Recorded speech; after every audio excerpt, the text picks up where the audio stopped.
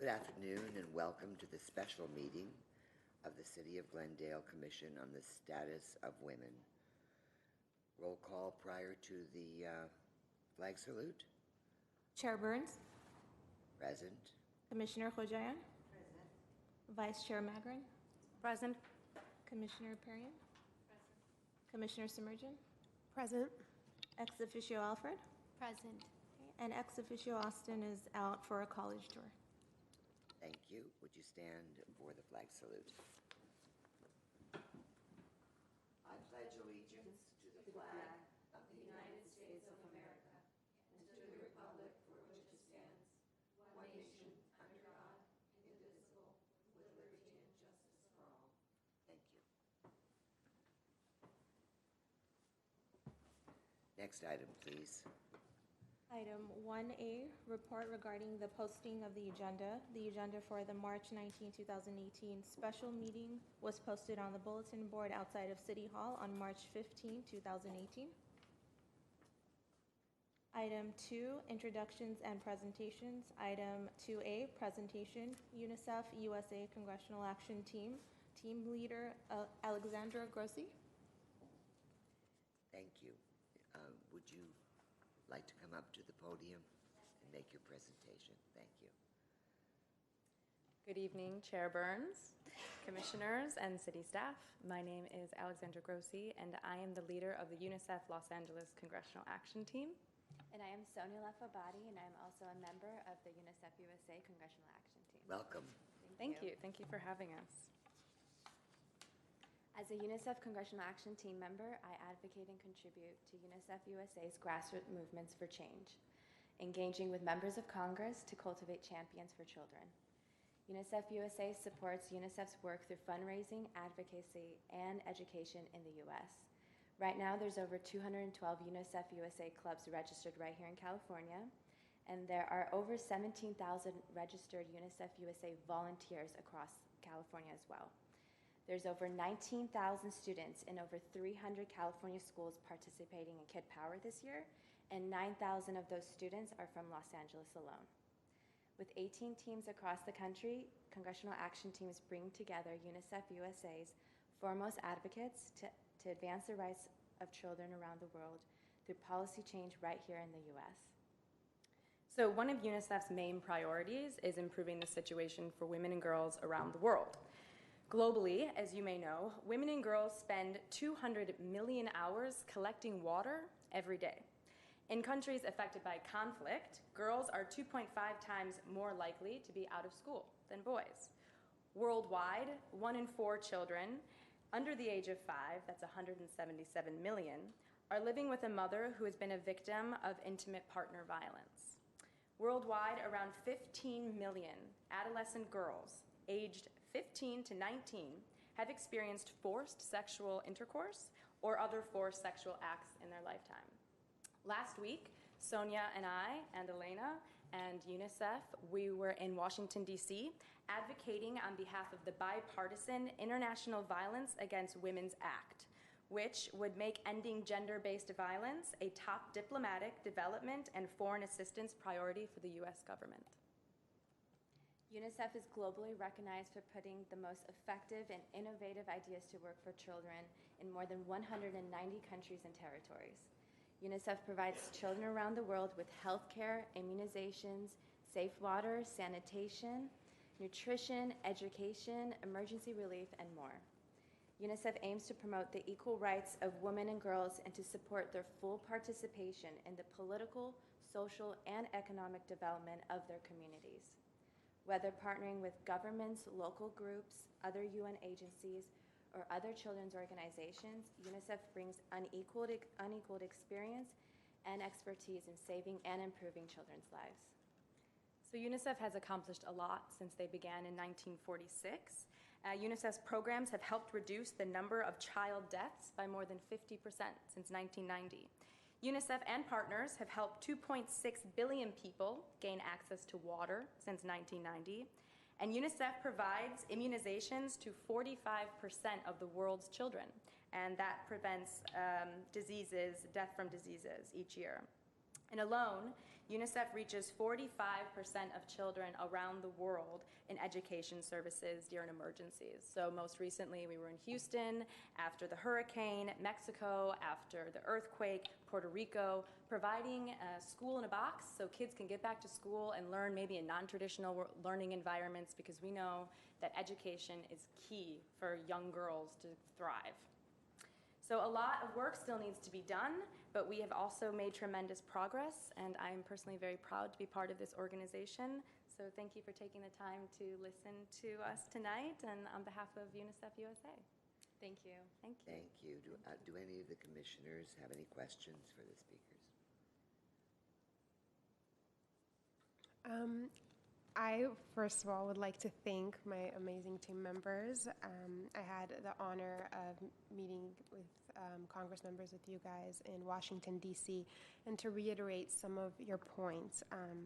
UNICEF was started after the devastation witnessed after World War II, and UNICEF has helped save more children's lives than any other humanitarian organization in the past 70 years.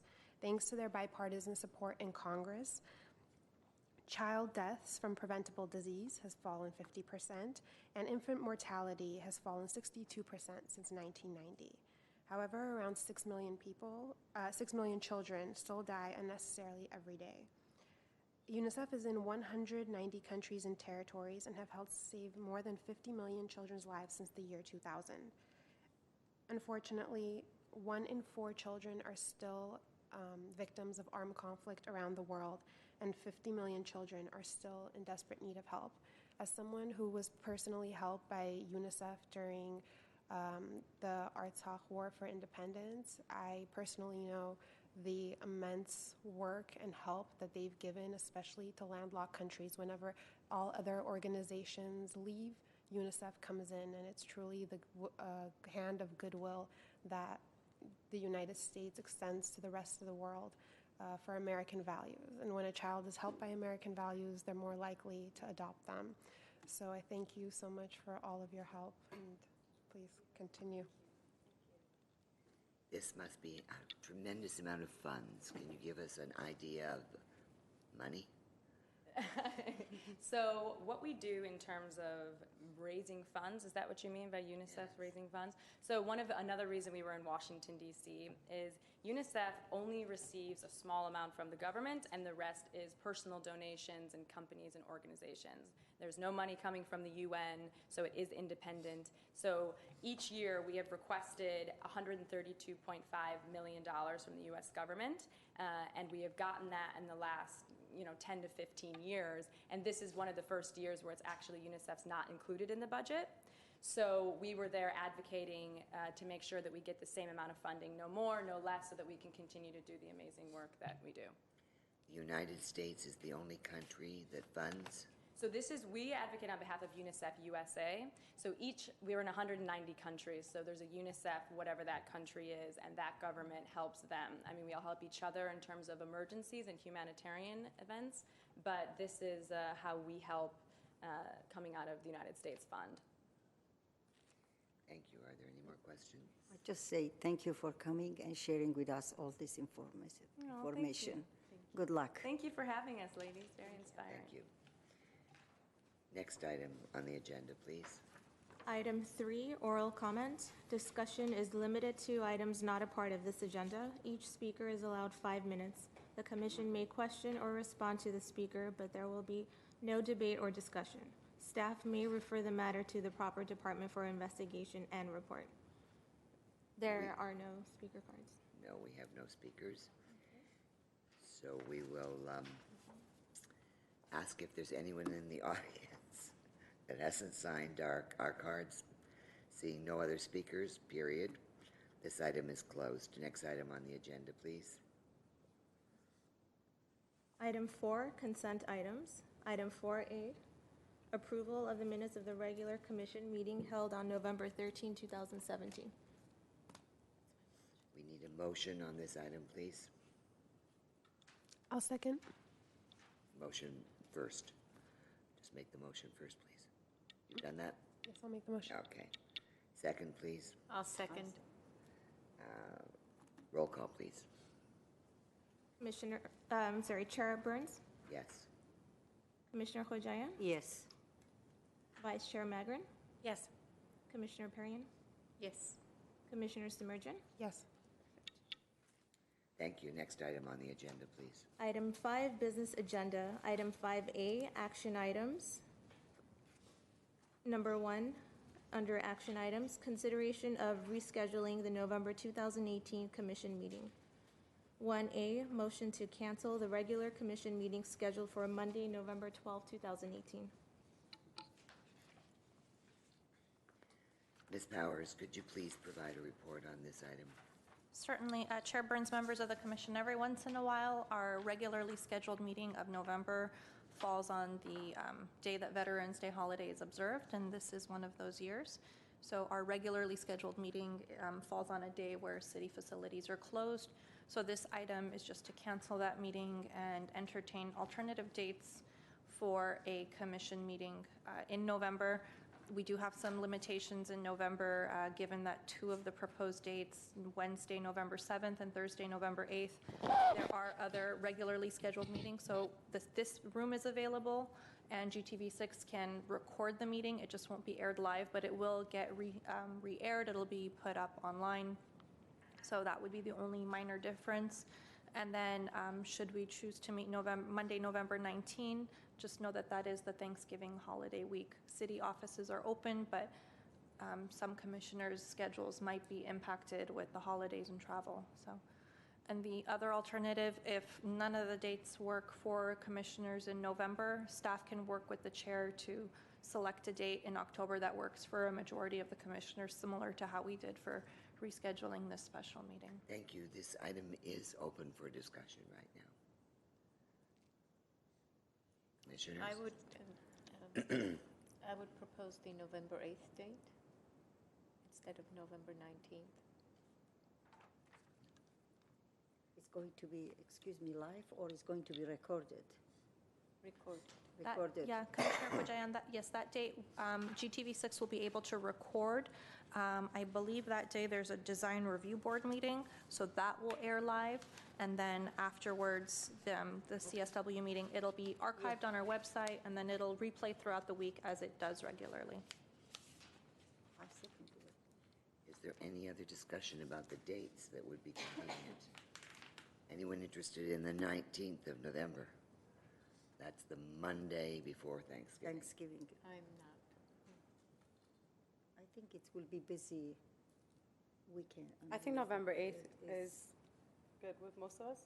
Yes? Yeah. Yes? May I just please ask the commission for direction on time? Would you like to keep it at the regular 5:30 time, or would you like, yes? That seems to be, okay. And the day and date and time, please. So what I have proposed by Commissioner Perrin is Thursday, November 8th, and the consensus I'm getting is at 5:30 p.m. May I have a motion for this item, please? I'll motion to have November 8th as our rescheduled date. 5:30? 5:30. Roll call, Putting it please. in my calendar. Second, I will please. second it. Thank you. Roll call, please. Chair Burns, Yes.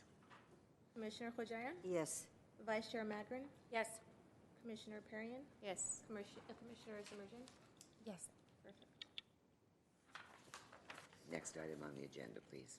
Item 2, update on the Commission on the Status of Women's Legislative Agenda. 2A, motion providing direction regarding the list of bills presented. Chair Burns, members of the commission, this report provides you with a new set of bills introduced this year in fall at the state level that falls in lines with the commission's legislative priorities. Legislature reconvened in December and had until February 16th to introduce new bills, and this report contains 4 bills for your consideration. And human trafficking has been getting a lot of attention this year up in Sacramento, which is a good thing. And based on action taken by the commission, staff will pass along these recommendations to council in a legislative update to them next week for their approval, and letters of support can be signed by the mayor and distributed as needed. So the 4 bills that are included in the report, the first one is Assembly Bill 2034 by Assemblymember Calra, and that is a notice on human trafficking. So Transportation-related businesses like airports, passenger, light rail stations, bus stations, truck stops, they are already required to post a notice as issued by the Department of Justice about information relating to slavery and human trafficking, including nonprofit organizations that people can call for services. This bill would just ask that those businesses train their employees that would come into contact with such victims and passengers of these different modes of transportation. And staff does recommend supporting this bill. The next bill, Assembly Bill 2340 by our very own Laura Friedman on human trafficking, would require a person convicted of human trafficking offense or certain sex trafficking offenses to receive a punishment of 3 years in state prison, that they have to stay away from schools, and it would actually mandate that they do serve the time in state prison. And this is likely in response to a lot of the AB 109, Prop 4757 that is releasing certain felons early. And staff also recommends supporting this bill. Senate Bill 937 by Senator Wiener has to do with lactation accommodations. And this bill would require a lactation room or a location to include certain features that an employer would provide, including access to a sink and a refrigerator in close proximity to the employee's workspace. Employers with fewer than 5 employees have the ability to, if there is an undue hardship, apply for a waiver. And staff does recommend supporting this bill. And the final bill for your consideration, Senate Bill 970 by Senator Tony Atkins, has to again do with human trafficking awareness and employment. And this bill would amend the California Fair Employment and Housing Act to require specified employers, such as hotels, motels, bread and breakfast inns, to provide at least 20 minutes of training and education regarding human trafficking awareness to their employees that are likely to come into contact with clients that frequent these establishments, and that they would do this by starting January 1st of 2020. And staff also recommends supporting this bill, and that concludes the report if there's any questions. Thank you. This item is open for discussion. Anyone want to speak to the for either of the bills? 20 minutes in the last one seems very minuscule. I don't think any employer is going to be able to give the information that's needed in 20 minutes to an employee.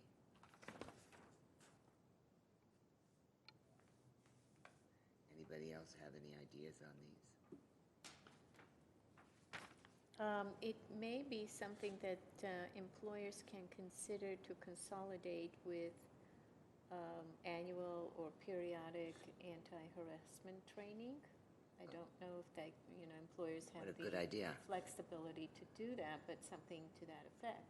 Yeah, that'd be a good idea. Be something that can be rolled into that. Good idea. I need a motion to support these 4 bills. I support them. Second, please. I second them. Roll call, please. Chair Burns, Yes. Commissioner Khojayan, Yes. Vice Chair Magrin, Yes. Commissioner Perrion, Yes. Commissioner Submergent. Yes. Thank you. Next item on the agenda, please. Item 3, consideration and discussion of proposed Sexual Assault Awareness Month activities. Item 3A, motion providing direction regarding proposed activities. Chair Burns, would you care for a brief report? Thank you. So April, as you all know very well, is Sexual Assault Awareness Month, also known as SAM, and staff recommends 2 activities as a way for the Commission to raise awareness. The first would be to request a proclamation for Sexual Assault Awareness Month, designated in April, and Denim Day, designated Wednesday, April 25th in Glendale, from the Mayor and City Council. And staff would recommend that the Commission request this on Tuesday, March 27th. Which is next week during the City Council meeting, and the Chair may accept the proclamation on behalf of the Commission, and all Commissioners are invited to, of course, come and receive the proclamation alongside the Chair. The other activity for your consideration is recognizing Denim Day in Glendale. So Denim Day, for those who may not be aware, was sparked by Italian Parliament members who protested the Italian Supreme Court's decision to overturn a rape conviction, and the reason the rape conviction of a minor was overturned was because the victim wore very tight jeans. And the judge who made this determination ruled that the jeans were so tight that she must have helped take them off and therefore consented to the sexual act. So Italian Parliament women protested, they wore denim to work. This trickled over across the pond in the United States, and so in Senate and Assembly in California, we had legislators wearing jeans in solidarity. And Peace Over Violence, as you know, a nonprofit that's very active in sexual assault prevention and assistance, has done Denim Day here in LA since 1999. They've really owned it and done a great job with it, and the commission has supported it in years past. And one aspect of this that the commission can participate is in by the city and the commission letting city employees here wear denim on Denim Day, and then letting them go online and providing them with materials and information so that they can go online and donate on that day as a way of, wearing jeans and showing their support. So those are the two suggested activities, and concludes the report if there's any questions. Thank you. This item is open for discussion. I think we can approve this Statement Day and receive the proclamation for that day. Are we looking at number one? Number one item, yes. That's every day we used to do that. Yes? Yeah. Would someone please read number one for me? Want me to read it? Yeah. The commission may approve the proclamation for Sam and Damon Day in Glendale and the promotion of the Damon Day fundraiser for Peace Over Violence. May I have a second? I'll second. Roll call, please. Chair Burns, Yes. Commissioner Khojayan, Yes. Vice Chair Magrin, Yes. Commissioner Perrian, Yes. Commissioner Simmerjan. Yes. Thank you. Prior to you going on to the next item, I would ask if each one of the commissioners, if they were available, would attend the 27th City Council meeting where we receive our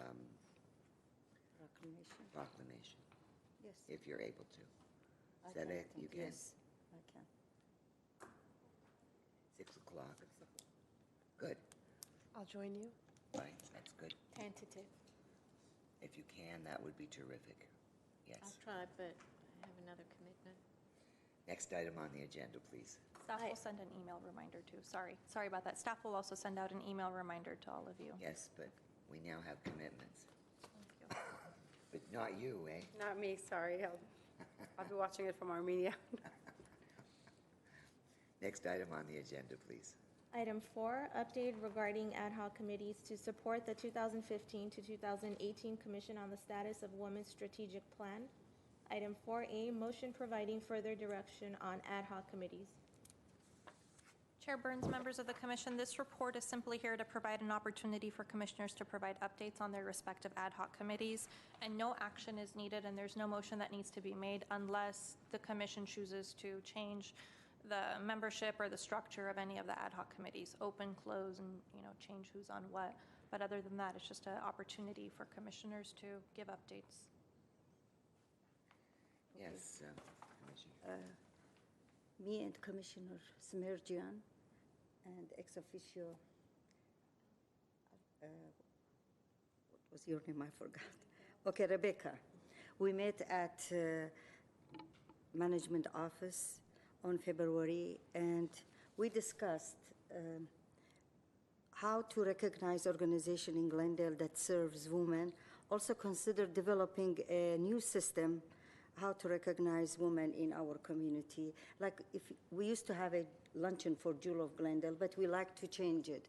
But we are still thinking how to bring to the attention. And second, we discussed to identify for the 2018 calendar meeting speakers. And we come out with, as we saw in February, we didn't have it, but in March, UNICEF, they came and they gave their speech. And in May, we have NASA Ambassador Program /STEAM. And in August, we decided to have Armenian American Medical Society to promote Glendale Health Festival in November. And also, we will have in November Amy Ashverian, Deputy District Attorney for LA, to speak about her work with the domestic violence and victims. That's excellent. That's we discuss, and we have backup speakers too. If you like, Commissioner Semerjian, to add more as we discuss, and we had a brainstorm that day. Certainly, we had a great talk about, it's the Education Ad Hoc Committee, so we are open to the public. If you guys have any other organizations that you would like to include, please contact us at the City of Glendale. We'd love to hear from you. We're really excited next meeting to have NASA JPL talk about STEM robotics and getting young girls involved. So I'm very excited for that meeting as a part of the NASA JPL family. And I'm excited to hear some additional recommendations from the panel. Thank you.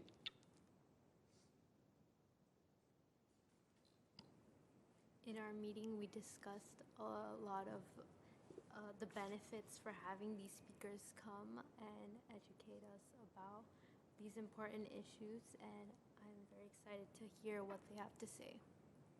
Thank you very much. Commissioner, are we going to discuss number 2? Community partnerships, go please. Right. Okay.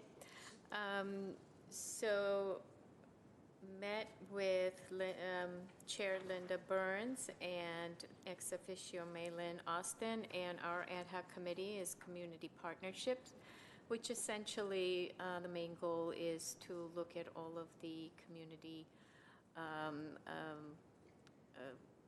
services that are offered out there and identify gaps in these services or gaps in the messaging to the public, so the public and the young women may be aware of these offerings. First and foremost, what we decided to do was to review the resource guide that we have provided to the community and to make sure it is current and that it does include some key services that currently are not on it, one of them being the lactation services from Glendale Memorial Hospital. That's just an example, okay? So that will be worked up on in the coming months. Other than that, we have just had an active dialogue on this topic, and more to come as we meet some more during the year.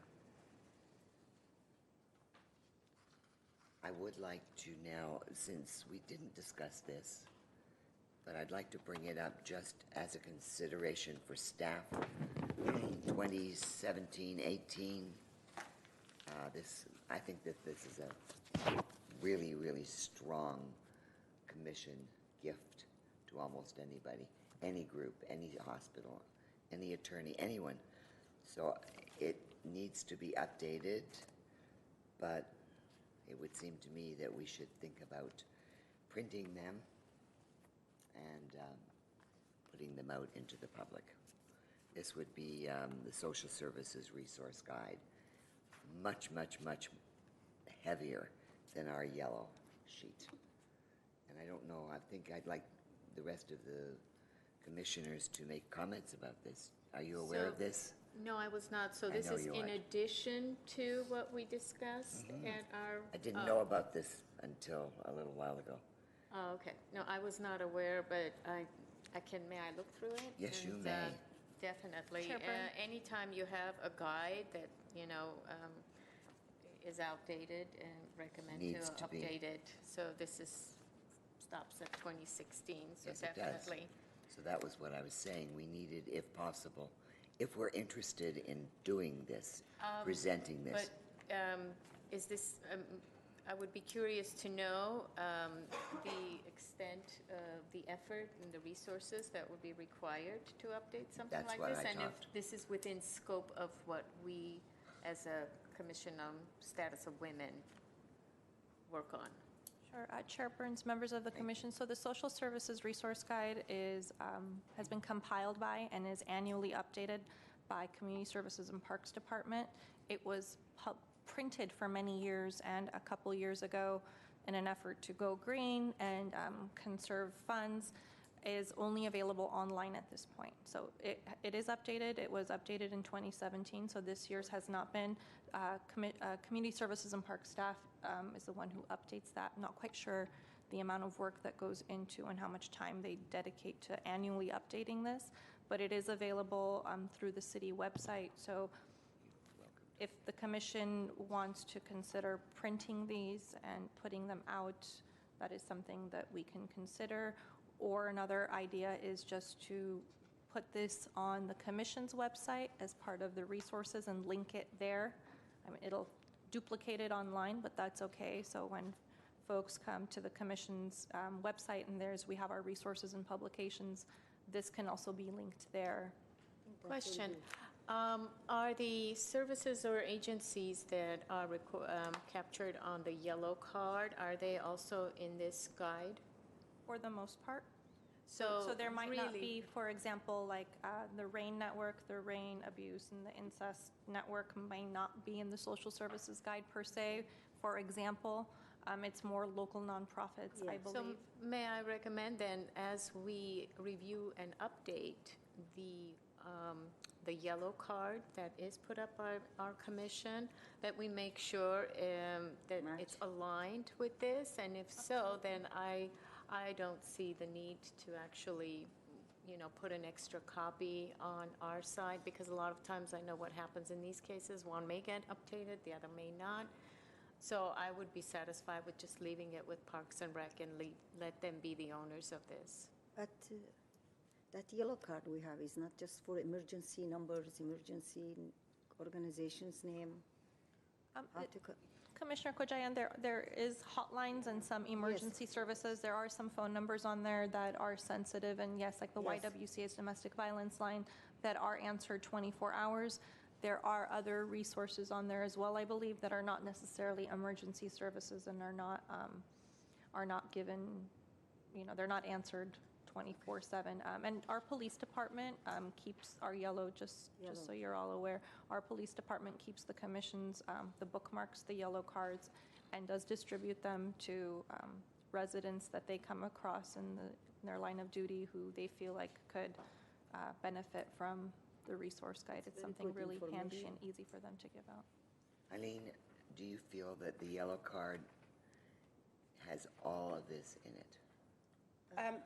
So if I may just add, I think this is beautiful, and as I was looking through it, there's more resources, for example, as far as parent ed or mental health or hospitalizations for 5150s, that our office in the district has that information that's not in the book. So I think whoever is in charge of this, it would be nice if we can share our information and update. What we have in our district's website is a lot of recent informations and therapists, which I find it very resourceful. But I think I agree with Chair Burns. I'm not sure how much the cost of printing such valuable information, because I'm very paper hands-on, and I know a lot of families that I work with. They're not either computer tech savvy or they don't have the resources. So I'm not sure exactly how many we're looking at. Again, that's the discussion. Maybe we can bring it to the table, and how much would it cost? But maybe major organizations or institutions in the community, it would be beneficial to have. Again, it's something that we can probably look at.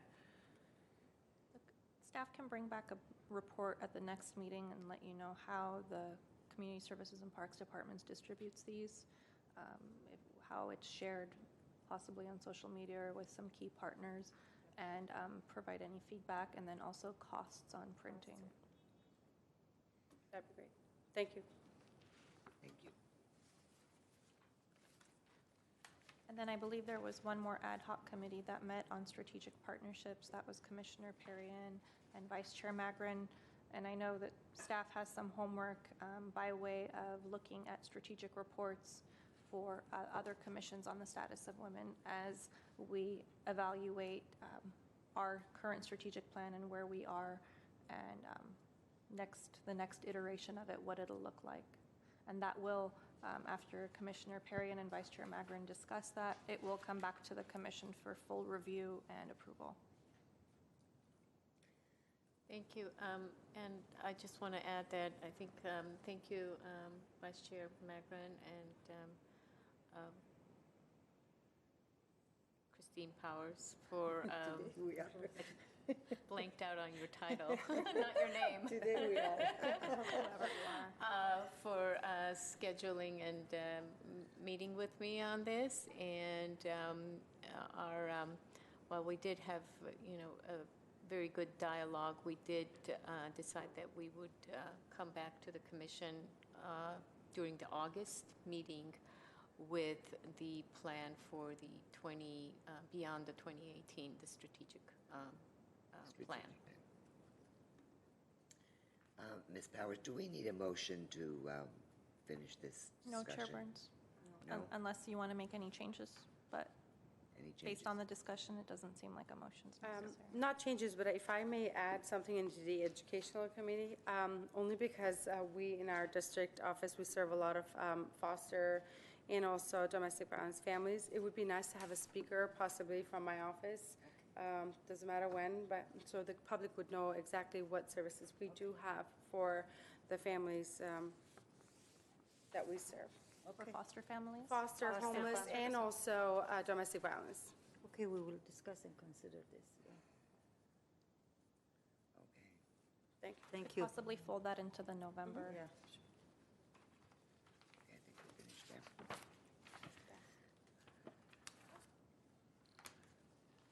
Are we looking at any of the alternatives, or are we finished with that? I believe we're done with that. Thank you. Next item? Next item, please. Sure. Item 5, consideration and discussion of public service announcements. Item 5A, motion to approve the production of public service announcements. Chair Burns, members of the commission, at our last meeting, Commissioner Perrion had requested a report regarding the feasibility of producing public service announcements, also known as PSAs, on topics that support the mission of the CSW. Staff would recommend that no more than 5 PSAs be produced. These would be produced by GTV6 staff. That is our internal television staff who records, edits, and broadcasts meetings and other short clips that you see on GTV6 and on our YouTube channel. And we would embed these on the city's website. They would be shown on GTV6. They would be featured in the city's monthly On the Move show. And they could also be broadcast on our various social media platforms, which altogether have a reach of about 50,000 people. The subject of the PSAs can vary, or they can all focus on one subject, such as health, safety, or financial literacy. And the commission may choose to recommend various topics now, should we move forward with this, or direct the Community Partnerships Ad Hoc Committee to work with staff to develop the specific topics for each of the public service announcements. That concludes the report. Your If there's any comments, questions. please. I think that this is a wonderful idea. In the age of information, in the age of technology, this kind of public relations media outreach would be really perfect, especially for things that we've been talking about, trafficking. It's very important for not just people who work at these transportation centers to be able to identify human trafficking victims, but every single one of us, we are in public places all the time, and it's on each and every single one of us to make sure that our fellow human beings are safe around us. So I think that would be very important for us here on the committee and everyone in our city, for the public safety of us all to continue with this. I think it's a really great, innovative idea. Thank you very much, Commissioner Perrion. Ms. Powers. Thank you for recognizing. Excuse me, Ms. Powers. This would be shot by Channel 6, and you would use council members.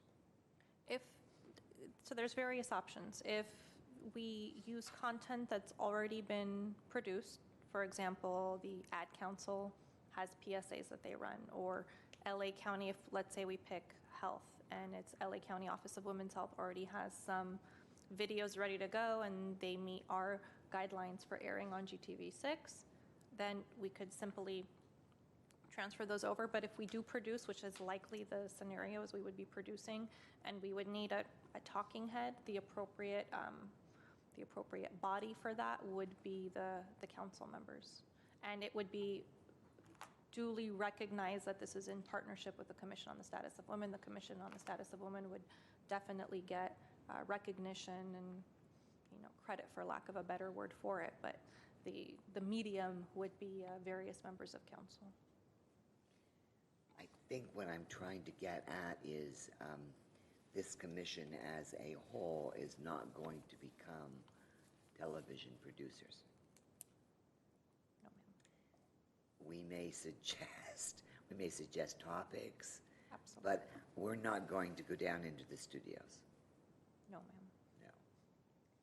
But we need council approval for all this. Not necessarily council approval per se, direction from the commission, Yes. and then staff would work with our communications team to make sure that the content that's produced is appropriate and for GTV6 and for airing on public access TV. Does anyone else have any more comments about this idea?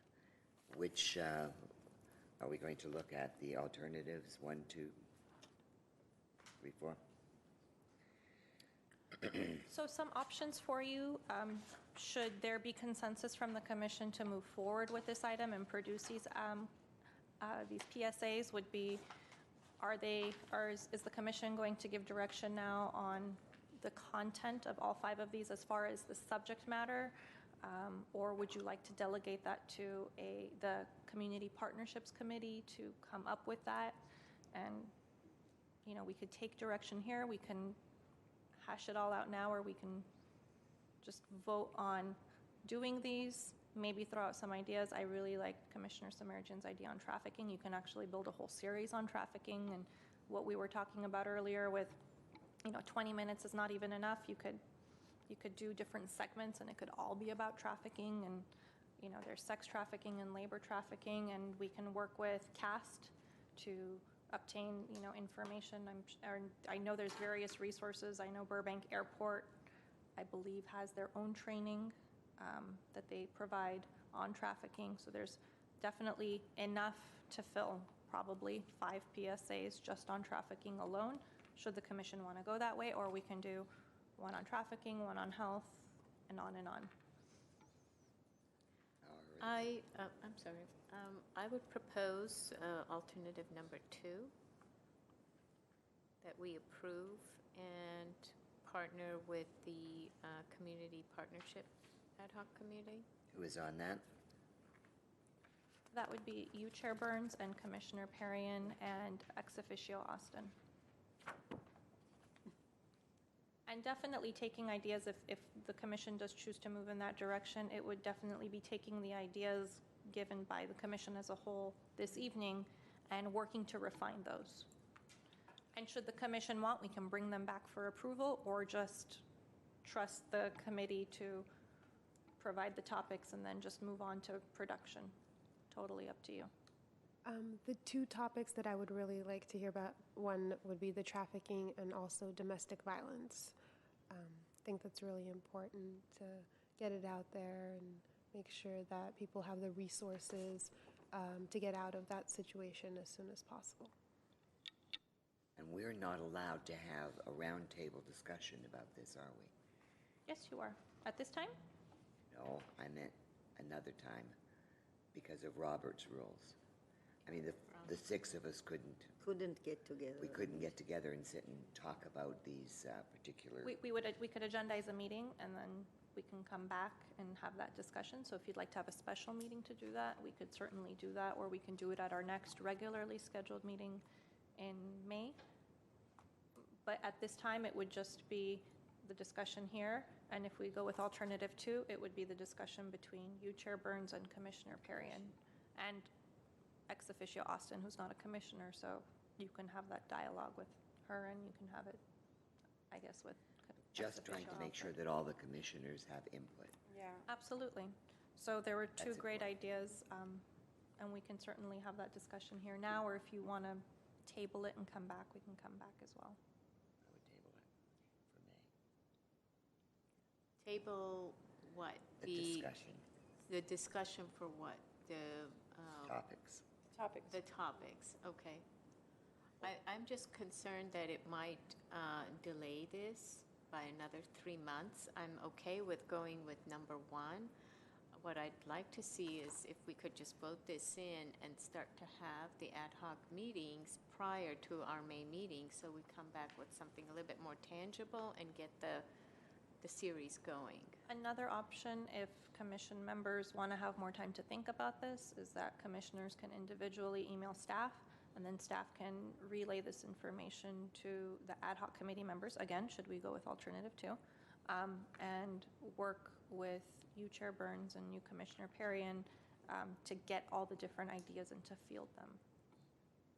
So one,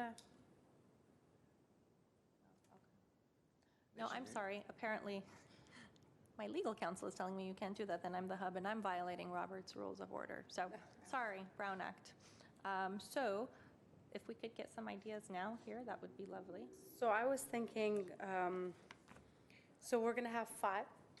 Alternatively, I mean, just to help facilitate the discussion, it sounds like you may have some agreement on at least one topic on domestic violence. And if you want to provide direction to move forward with that one topic and then bring it back with further discussion, as Commissioner Perrion stated, between the committee with some ideas, some more specific ideas, and then present them so that you're not just having a brainstorming session, but you're actually evaluating the various options available to you. So we start with the first proposed topic and get that going, and then in the interim, come up with more ideas independently, and then regroup. When we come back in May, then we present the rest of the ideas and suggestions for okay, I'm for that. Well, we're looking at the Community Partnership Ad Hoc Committee to carry on after the first. Number 2.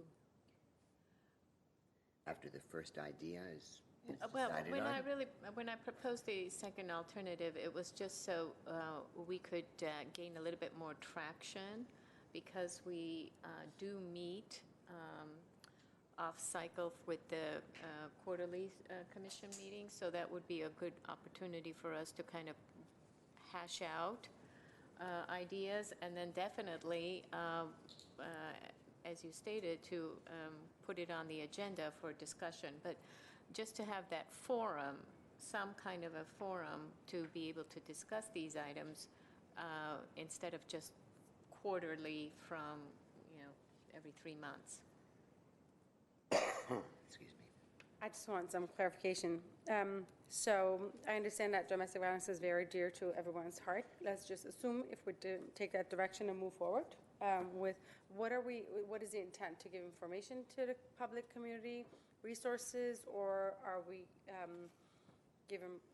how is that going to look like? So PSAs are really short clips. They're usually under 30 seconds, and it conveys some information about domestic violence. It could be statistics, it could be anything, and then there is here's the problem.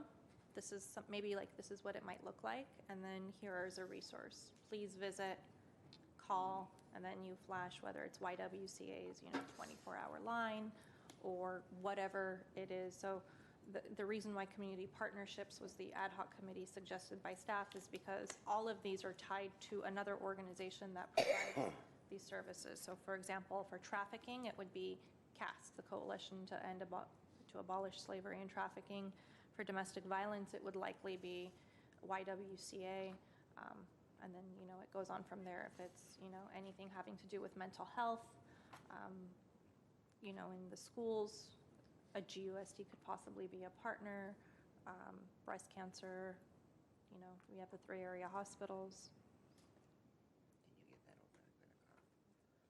over? I had, thanks, Christine. I appreciate Thank you. clarifying that. So my second question would be that since we want to move forward with this, would it be okay for us to send you some topics of discussions that we, possibly each one of us, would be looking for, and maybe vote later? I don't know how that could work. So I think what Ms. Powers has outlined for you are a number of alternatives. And what you have before you are probably, if we can just maybe narrow it down to 3 alternatives. The first one is to have an agreement on the first one so that you can get the momentum going, maybe even have an opportunity to view it before it's final at your next meeting. Or actually, that would be public, so you probably don't want to post it at your next meeting. But have an opportunity to view it so that you have a general sense of what these look like. That would be perhaps your first option as you start moving forward. The second step that could happen concurrently is to allow the ad hoc committee that's tasked with this particular area to start the discussion to consider various other alternatives. I think it's a limited number, so you'd have 4 more to go. So then you would have the committee discussing that, coming back in May, providing you with a proposal. If there's no desire to limit that or to have that discussion happen at that committee level, perhaps they're not going to meet or they have other issues, then the third option would be that each commissioner may direct the ideas to Ms. Powers, and she can gather all of them and bring them to the May meeting. Thank you.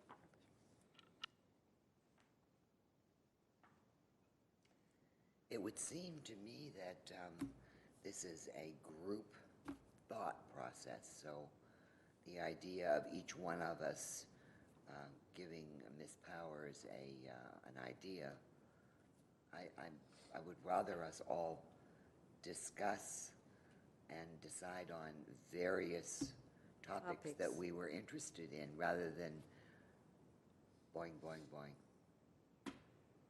So I don't know how that works, but what do you think? Yes, I'm okay with that. I agree. We could move forward if, So, yeah, I'm That's sorry, to clarify, what you're saying is instead of emailing each one of us coming up with a thought and emailing to Ms. Powers, we don't do that and we only discuss here. I didn't say that. I just said it's a little bit cumbersome if this whole commission is supposed to be throwing in their ideas and agreeing, then individually it's a little, I don't like the idea of just individually suggesting. I'm trying to find out how we can talk about it and come to some agreement, but we Chair can't, Burns, I guess. what I'm envisioning is all of us, will come up with ideas. Chair Submergent already has ideas. We all have ideas. We collect this list. Generally, when you have this sort of a situation, you collect a list. It sort of gets vetted or prioritized, or there's a preliminary discussion, and that is what I'm envisioning as the ad hoc committee for community partnerships. We would have like some kind of a preliminary discussion on all this collected ideas, and then bring that back in some sort of an orderly fashion as an agenda item to this main meeting, instead of opening it up as a brainstorming session, which is what I'm sensing that you're recommending.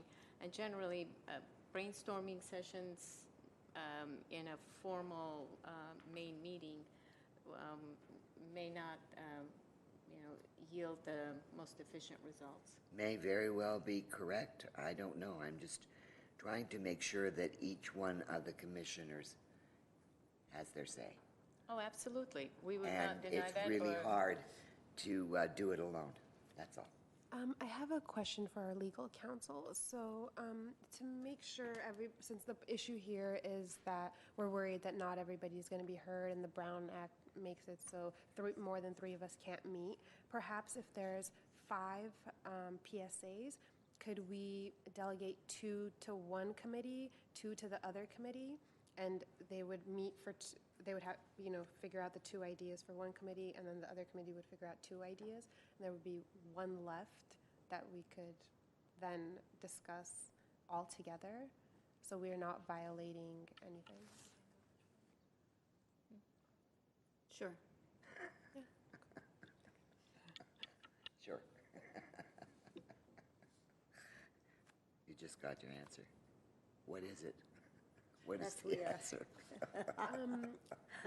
So perhaps the education committee could come up with 2 kind of educational stuff, and then the community partnership could have the other 3?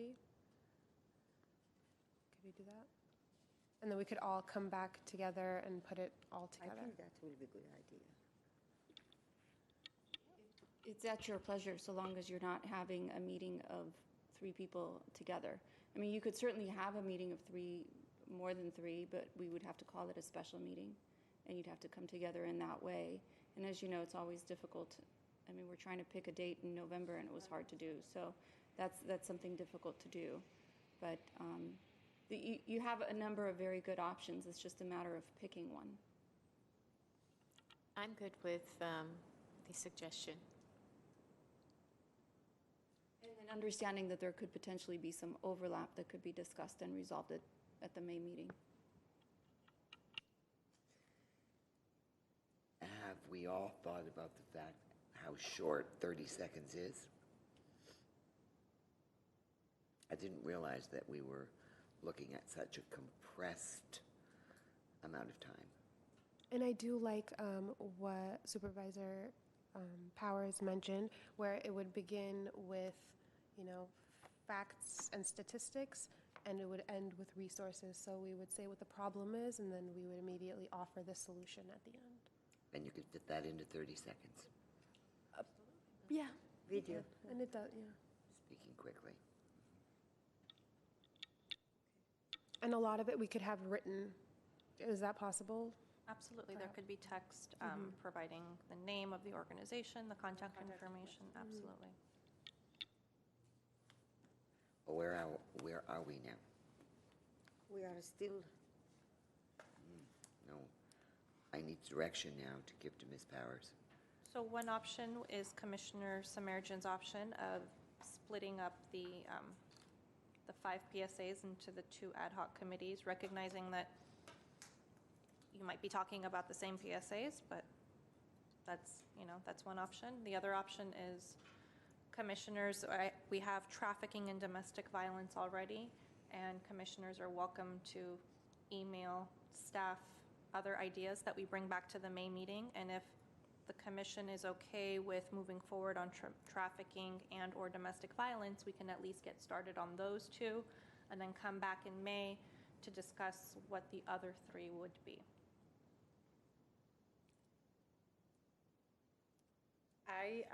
I appreciate the second offer. We can start with the 2 that we have discussed and come back and discuss about the other 3 that we are thinking about.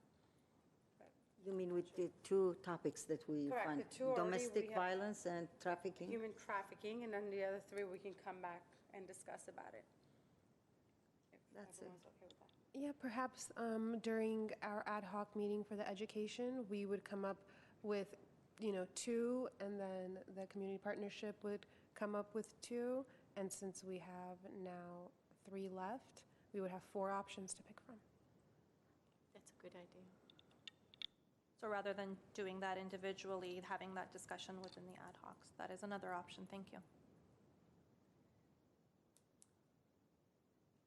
Okay. So if I can just possibly capture and suggest a motion based on what I'm hearing and seeing the nodding heads, is that we're going to move forward with the production of 5 public service announcements.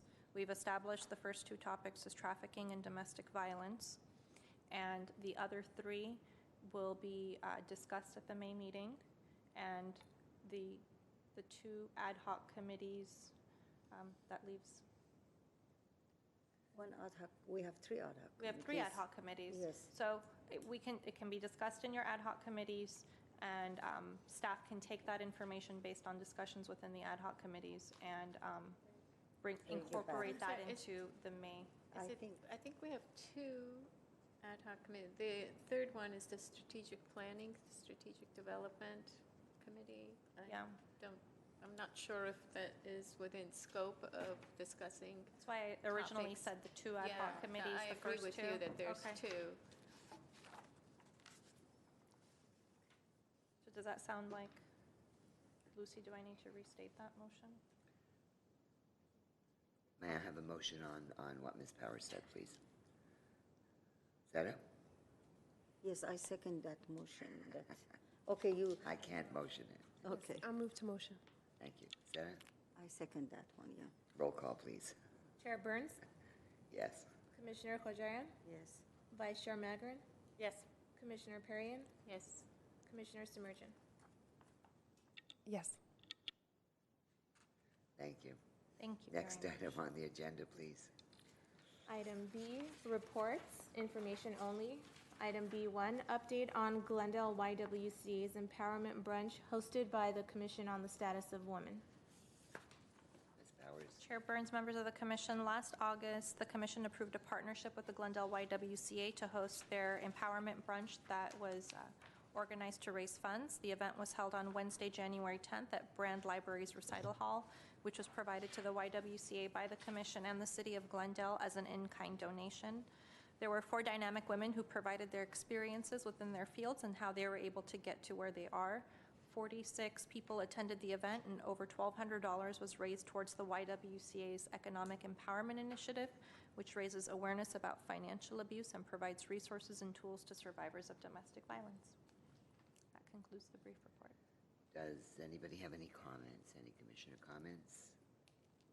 Next item, please. Item B2, update on the transition of Camp Rosie to the Glendale YWCA. Ms. Powers? Yes, at the last meeting, the commission agreed to transfer Camp Rosie over to the Glendale YWCA along with $5,000 in seed money for its implementation in summer 2018. And YWCA is very excited, and they are planning this camp. They will offer it as one of 2 summer camp programs this year. The other one is a more general day camp that is meant to provide childcare to kids who are a little bit younger, and it's a wider age range, and it's open to girls and boys. This one is a little bit more specialized, as it'll be offered from July 9th to August 3rd as 4 one-week sessions to girls entering 6th to 9th grades. It'll cost $180 a week, and that is to stay consistent with their other camp programs, but they do anticipate offering financial assistance to at least 70% of the girls who enroll. They are building this into their violence prevention program. So their staffer, who is the in charge of violence prevention, she will be working as the camp director. She's working on the curriculum. They've already scheduled their self-defense instructor, and staff will be providing you with more updates in May. We'll provide you more details with the planning and the curriculum. And then once the camp concludes, staff will come back and give you a full report of how it went. Any comments? Thank you. Next item, please. Item B3, update on the status of the Commission on the Status of Women's Fund Balance, oral report. Ms. Powers? So this is just a brief update for the commission. As you know, some time ago, the commission had made a recommendation to transfer their fund balance of $80,000 to the Community Foundation of the Verdugos, and this was to establish an endowment for women and girls in Glendale in this community. And as part of that endowment, the commission would be able to help direct the spending of a very small portion of that fund each year. This was an endeavor that was supported by the commission. It was supported by city council staff and the Foundation of the Verdugos, but unfortunately the transfer ultimately did not take place due to an inability to come to terms on some of the elements, the fundamental elements of the agreement. So this is just to let you know that the funds do remain with the commission in the general fund balance and in control of the Commission on the Status of Women. You said it's 80,000? Yes. Thank you. Thank you. And what are our options now with the money? At this point, it stays and carries over with the commission, the balance, and there are legal limitations to how much the commission can spend without going to city council for approval. But typically, the commission has, allotted money for things like the report on the status of women and girls and other things as they come up. There isn't an annual regular expenditure that the commission incurs. The ACCW dues are paid through management services. And we can have a discussion too, and offline during one of our ad hoc committee meetings if you have any ideas.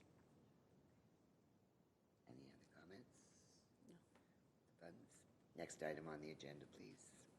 Item B4, presentation of information from the Office of Women's Health Forum, from data to action, building health equity for women in LA County. Ms. Powers? So on January 31st, Commissioner Kojayan and I attended a forum organized by the Office of Women's Health at the California Endowment in Los Angeles. I'd be happy to let Commissioner Kojayan go first and tell you what she learned, and then I can follow up. If you can see in the folder, we just, Oh, is that it? Thank that's, you. yeah, that's from the conference we attended. Right, thank you. As she said, on January 31st, we attended, me and Commissioner, Ms. Power attended a conference that was hosted by the Los Angeles County Department of Public Health, Office of Women Health. They presented From Data to Action, Building Health Equity for Women in LA County. And the conference was hosted sponsored by Kaiser Permanente. And there were very excellent speakers. They gave us very informative information. They presented latest Women Health Data Report, Health for Women in Los Angeles County, highlighting by ethnicity and poverty level. Also, they added the speakers, they discussed women's health equity and core priorities such as infant mortality, economic security, and reproductive health. And they were very good speakers. I will let Christine, she has more detailed information. Please, Ms. Power. Sure, certainly. Thank you, Commissioner Kojayan. So the forum featured Dr. Barbara Ferrer. She's the director of LA County's Department of Public Health. And there were two panels. One was Advancing Women's Health Equity, and the other one was Ensuring Coverage and Access to Care for Women. So some of the tidbits that were discussed is they mentioned, as I'm sure you're all aware, the #1 cause of premature death for women in LA County is coronary heart disease, and #2 is breast cancer. And what was interesting is that the death rate for coronary heart disease is almost double for Black women when compared to other races. And another thing that came about, and this is Ellen Idem had talked about this when she came last November, is the infant mortality rate for African American infants is disproportionately high, as is for Native American infants when looking at other races. And even when you control for education levels and income even, you are still finding disproportionately high rates of infant mortality death for African American women. And so some of the things that were discussed in these panels, that this can be attributed to chronic stress, structural racism, and a lack of social support, having a disparate rate of Black men in jail. So they discussed the importance of developing institutional competency to eliminate these inequities, building and supporting community capacity, identifying partnership opportunities, and aligning resources to support this effort. And the Department of Public Health had also launched their Center for Health Equity this fall as a part of this effort. So a lot of this information is included in the packets that Commissioner Kojayan mentioned. If any of you are interested in the PowerPoint, because there's a lot of PowerPoint presentations. So if you're interested in any of those, I'd be happy to get them from the Office of Women's Health and share them with you. Thank you. Any comments from the commissioners? I would love some of those, please. Next item on the agenda, please. Item 6, Commissioner staff comments. I'll start with you. Go ahead. You're going to have no comments? No comment from me. Thank you. I'd like to start by thanking Senator Portantino for sponsoring the status of women in Armenia at the Brand Library. Forget the exact date on that, sometime in February. But it was a very informative and very touching event. So I'd like to thank the Senator's office for sponsoring that. I also would like to thank the Soroptimist group of Glendale for holding the Bras for Cause. This was the first year I attended, and I was a wonderful event, kind of fun, but yet very impactful because it is for a good cause. And as Ms. Power stated, the second cause of mortality in Los Angeles is breast cancer. And the purpose of the event was to raise funds for towards breast cancer treatments. Following that, I did attend the YWCA Empower Her brunch, most of all, I was privileged to be a presenter, a judge and a presenter for the Seroptimist Live Your Dream.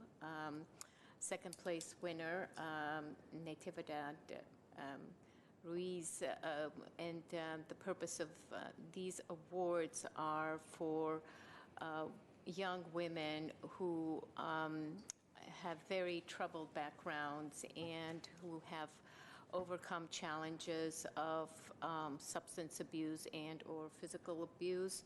And through all that, they are able to pursue lower education and or GEDs or any type of certification.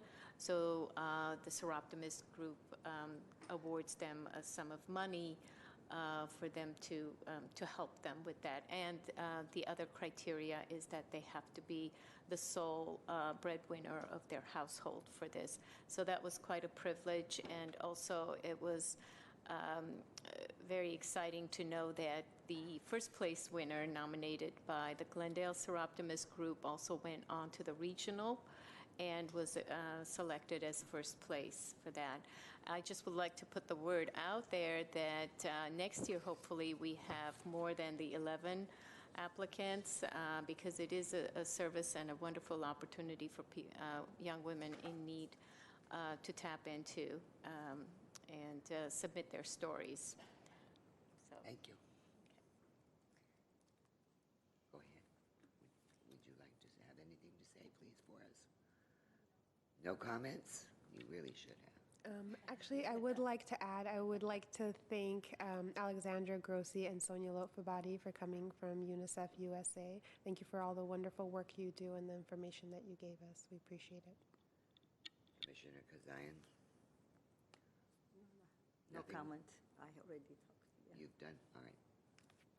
Real briefly, I did also attend the impairment brunch with Christine, and I really enjoyed it. It's always very powerful to hear other women in the community, where they are and how they have reached to their goals. So it was very empowering.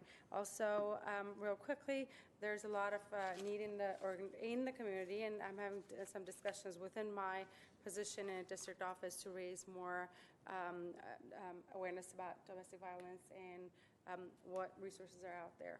So as soon as we have flyers out there where we're going to run parenting classes or educational, I'll definitely bring that to the commission. Thank you. Thank you.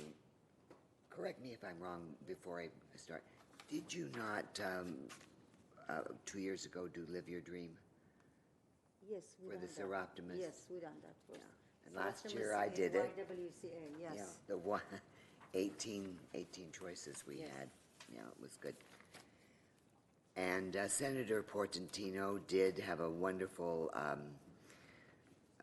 was it a brunch, I guess, for the Armenian women, so that was terrific. The YWCA is having a legacy luncheon on April 18th, that for the Verdugo, Country Club. is it? No, it's in Ceviches. Okay. Oh, no. No, it's Verdugo County. Vertigo. Vertigo, yeah. Vertigo. Vertigo. On Yeah. Glen Oaks. Easter's coming up, April 1st. And the Library Foundation is holding a gala on April the 7th. All of these things, I think, somewhere down the line could go into the newsletter that's sent out, first week of each month. City Connection? Yeah, City Connections, and I think that's another way of helping the groups and giving some publicity. And prior to our closing, I know we would all like to congratulate Yasmin Beers.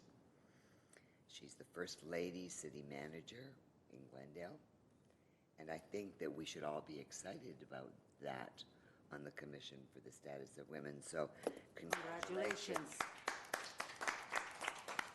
We're very proud of you, and we're going to see you, actually, I meant to mention, she is going to be at Women's Civic League on April 26th to be the keynote speaker, and that's held at the Elks Lodge. So perhaps Ms. Powers could send that out, just a little reminder for the Civic Leagues, because I'm sure that she's busy, and that would be a good time for all of us to go and support her. And prior to our finishing and wishing you happy Easter, I want to read a little piece that I think is important. Take time to work. It is the price of success. Take time to think. It is the source of power. Take time to play. It is the secret of perpetual youth. Take time to read. It is the foundation of wisdom. Take time to be friendly. It is the road to happiness. Take time to love and be loved. It is the privilege of the gods. Take time to share. Life is too short to be selfish. Take time to laugh. It is the music of the soul. And I would like to ask that the motion be made to adjourn the meeting. Staff had a brief announcement, but if you'd like to adjourn. I'm so sorry. We have to take time for the staff. So sorry. Really quick, I just wanted to It's time to laugh. let everyone know that the YWCA is doing a community survey on domestic violence that closes March 30th. They are trying to collect information on the community's viewpoints on domestic violence, and these will be used in their program planning process. The survey only takes 10 to 12 minutes to complete and is available in English, Spanish, and Armenian. All the answers to questions are anonymous and confidential, and I know the Commission has received this survey and has shared it with their network, so thank you so much. The survey is available through the YWCA's website, but if anyone can't find it for whatever reason, they're welcome to call staff at 818-548-4844, and we can help share that link. We can even put it on the Commission's website through the end of the month. Thank you. And then that way it's there. So that is all. Sorry. I'm requesting a motion for adjournment. I move to motion. The meeting's adjourned, and I have no idea what the clock says.